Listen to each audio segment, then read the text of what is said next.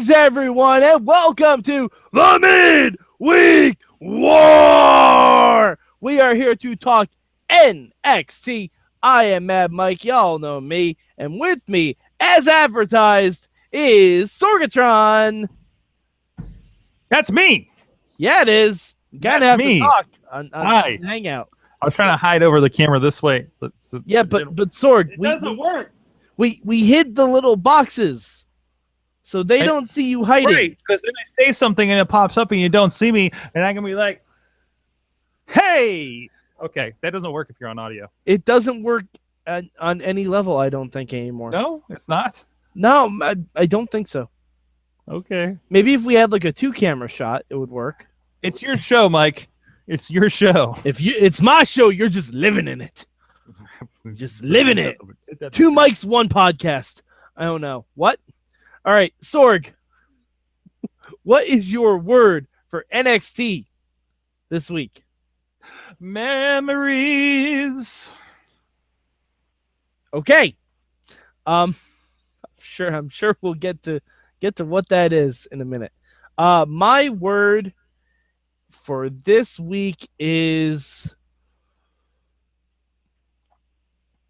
anticipation. Okay. Anticipation. And I'll get to it. It actually covers 2 different segments. But yeah, anticipation. All right, so Sorg, I think I already know, but what was your good this week? Elias Samson versus No Way Jose. I had a feeling it was going to be that. With Corey Graves on commentary for the last time. Yes. So happy that his last one, and I love even he's like, they're ruining my moment. He's not from Pittsburgh. And I also love that in the package for Corey Graves, they highlighted his comments about the Drifter. Mm-hmm. It's one of my favorite things, and I'm going to miss it. Well, I'm going to miss it so much. They also showed Elias Samson waving him goodbye. I missed that. You missed that? No, I didn't notice that. Oh my God. Like as soon as Samson came out, he just turned and was like, this is great for audio, but I'm waving. Yeah. It was fantastic. Oh, so great. I mean, for those who don't know, 2 Pittsburghers, 2 guys, one came up, amongst other things in IWC, have joined us on Wrestling Mayhem show over the years. 2 friends of the show. I mean, it's great. It's amazing. I did a road trip one time with the Drifter. Whoa! Whoa. You drifted with the Drifter, Sorg. I did drift with the Drifter. We shared a taxi one time. That's how he drifts. No, Sorg. I just figured this out. Sorg, I know how he gets from venue to venue. We call it a taxi. It's an app called Drifter. DRFTR. It means Drifter with a U. Shut up. So Web 3.0 or whatever. But that's how he gets from place to place. It's like Megabus, but for vagrants. So there's no seats. Everybody's just kind of sitting on the floor playing their guitar. By the way, my favorite comment tonight was Corey Graves saying, I went on the waterfront, saw some guy playing guitar, and gave him $50 just because he wasn't Elias Samson. So great. That was my favorite comment of the evening. Great. I can't believe how good he is at this, and that's just amazing. I want to get to more about that, but I want to hear your good thing. All right. My good thing is I was not expecting as much progression as we got on this show.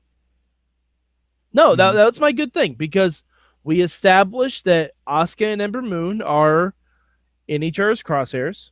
We know where we're going. Yep. We know where we're going. We had Kassius Ohno talk to Shinsuke Nakamura, who hasn't been on TV yet. No, but I think that's where we're going. I think that's where we're going with this.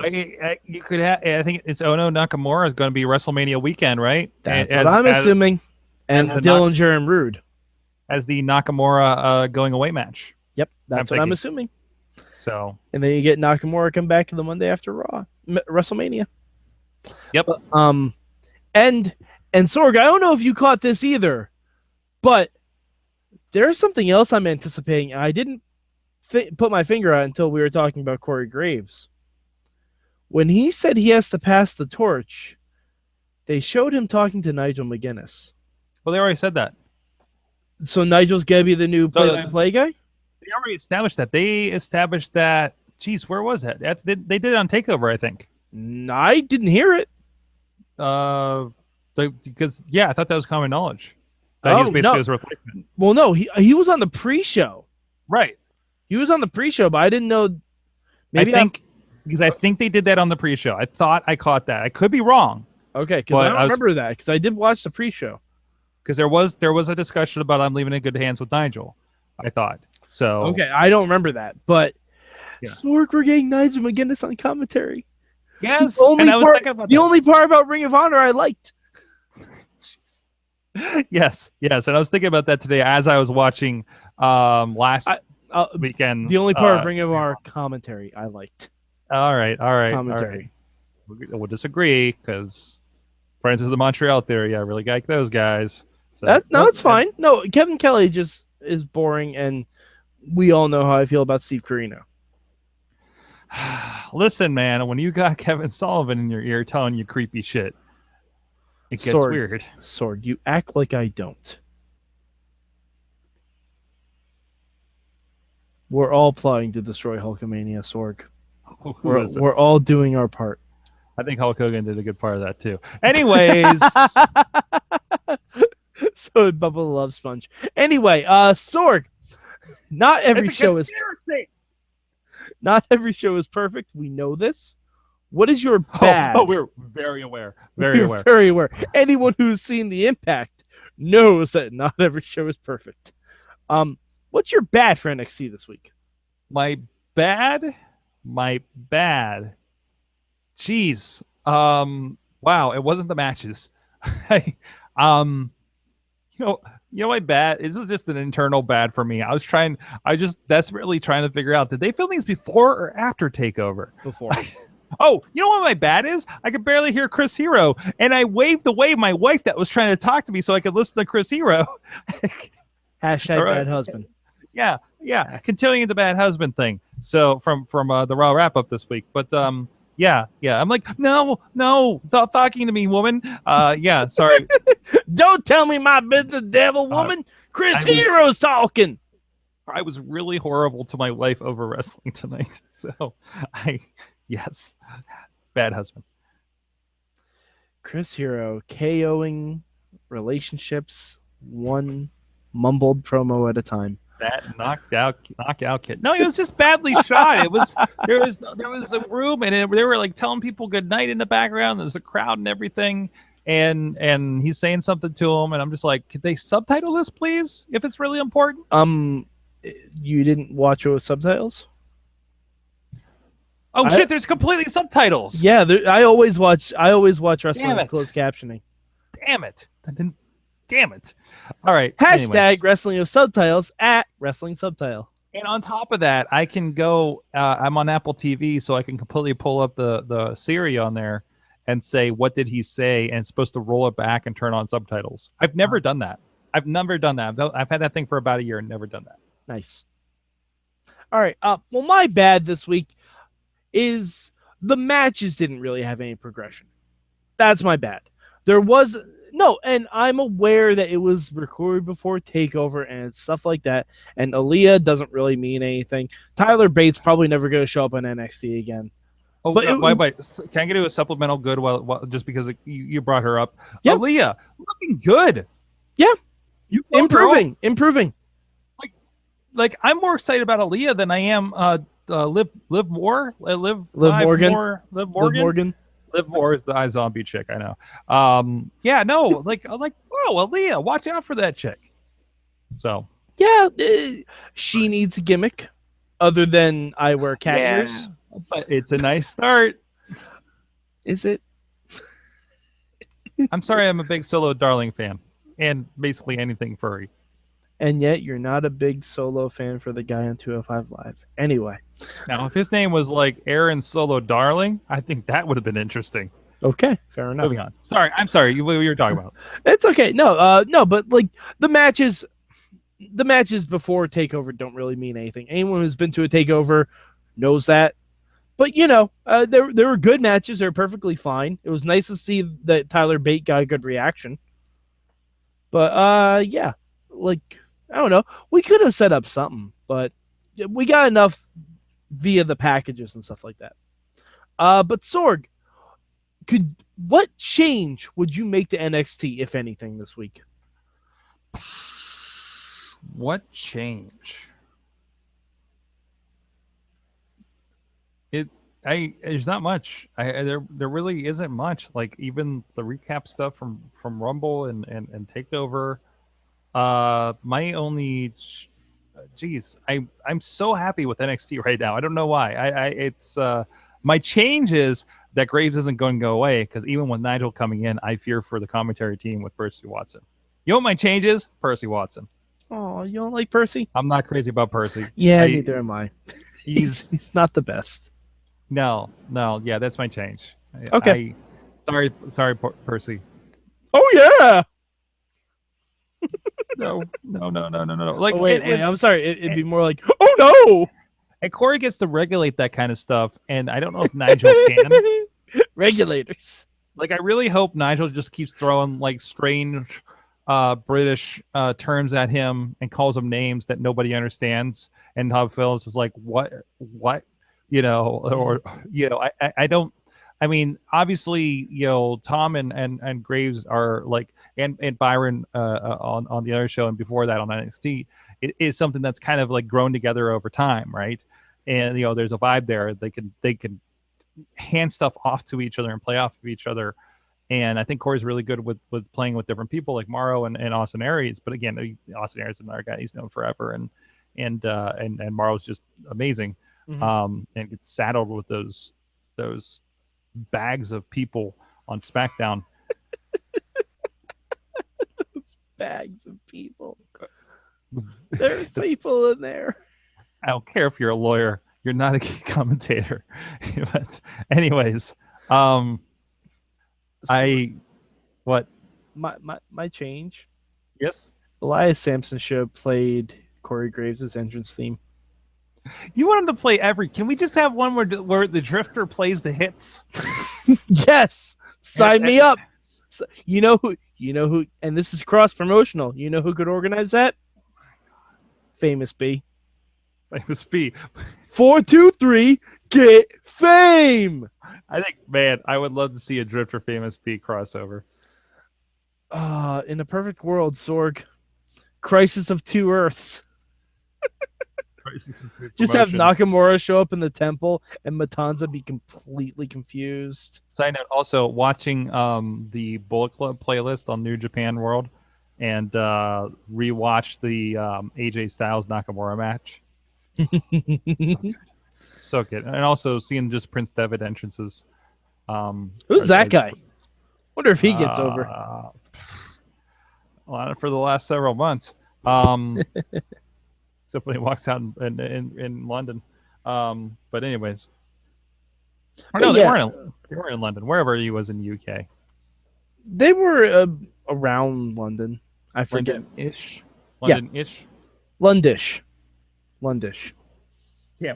It was probably in like Birmingham or something. Yeah. I don't know. Yeah. But yeah. All right. So Sorg, where did you rank NXT this week? Number 1. All right. You had me with the Corey Graves send off between the video. And again, this was kind of personal one for me because like I mentioned, like guys like Graves are guys that we've seen. Like I've known him for 10 years. I've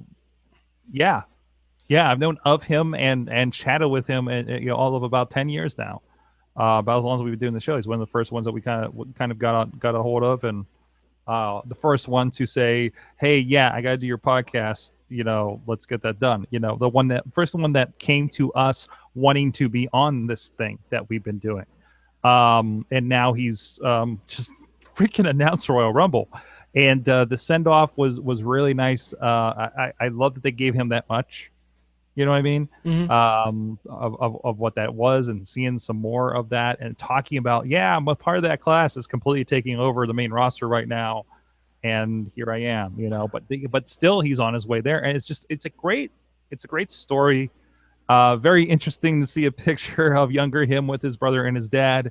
The other two, both of whom have been on the Indie Mayhem show in the past month. So like that's like literally like as we record this, the podcast is dropping, if not already. Actually, it's probably out there by now. So it's a really, like, I think that the Graves family, quote unquote, is a really good story in general of a kind of interesting, how did this become a wrestling dynasty kind of family that we've been kind of led into this over the last couple months here on our side.